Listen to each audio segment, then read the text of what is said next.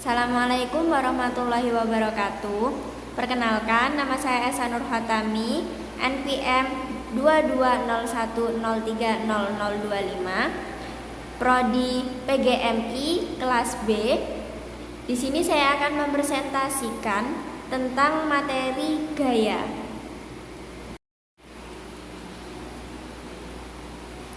Gaya dalam IPA diartikan sebagai dorongan atau tarikan. Bila kita menarik atau mendorong sesuatu benda, berarti kita memberikan gaya terhadap benda tersebut. Untuk melakukan suatu gaya, diperlukan tenaga. Gaya tidak dapat dilihat, tetapi berpengaruhnya dirasakan. Misalnya, gerakan menarik delman, menarik tambang, menarik pintu, mendorong kereta, menutup pintu, dan menendang bola. Pengertian dari gaya dalam kehidupan sehari-hari, secara tidak sadar kita mendapati kegiatan yang berhubungan dengan gaya. Pada saat kita membuka atau menutup pintu, kita telah melakukan gaya yang berupa dorongan dan tarikan. Gaya sendiri dapat dibagi menjadi beberapa macam, antara lain 1. Gaya gesekan. Gaya gesekan ditimbulkan oleh gesekan antara dua permukaan benda, misalnya ban mobil yang melaju di atas jalan beraspal.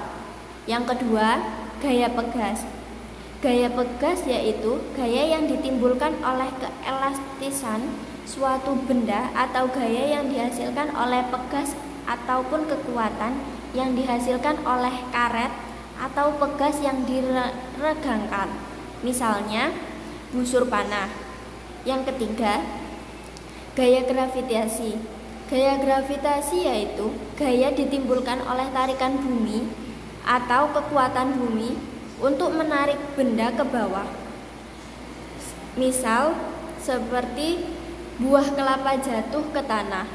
Berbeda bila di luar angkasa, para astronot tidak merasakan gaya gravitasi. Akibatnya, mereka akan melayang-layang bila berada di luar angkasa. Yang keempat, gaya listrik statis. Gaya listrik statis yaitu kekuatan yang dimiliki benda yang bermuatan listrik untuk menarik benda-benda di sekitar, atau gaya yang ditimbulkan oleh adanya arus listrik. Contohnya seperti menggosok-gosokkan penggaris plastik ke rambut, lalu menyobek-nyobek kertas.